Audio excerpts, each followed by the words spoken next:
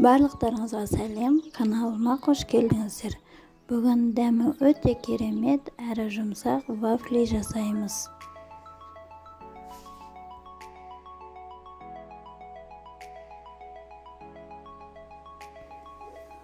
3 жұмыртқамызға қантымызды қосып, жақсылап араластырамыз.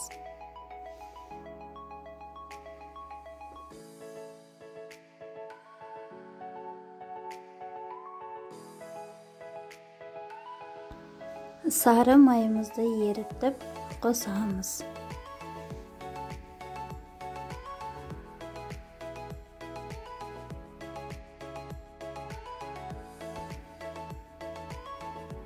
Қаймағымызды қосамыз.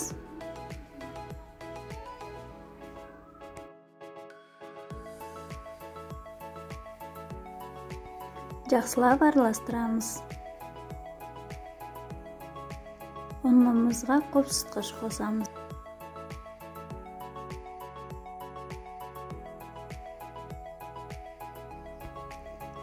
Сұйық қоспамызға қосып араластырамыз.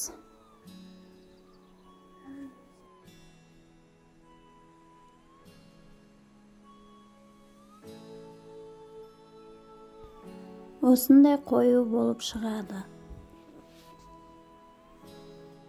Вафельницаны алдын ала қыздырып алып, осылай қасықтап саламыз. Вафельницаның уақыты әртүрлі болғандықтан 5-10 минут аралығында піседі.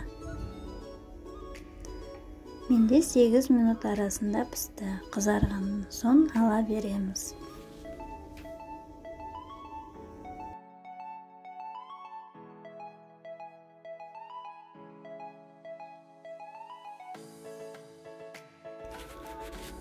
Өздеріңіздің қалауларыңызша әрлесеңіздер болады.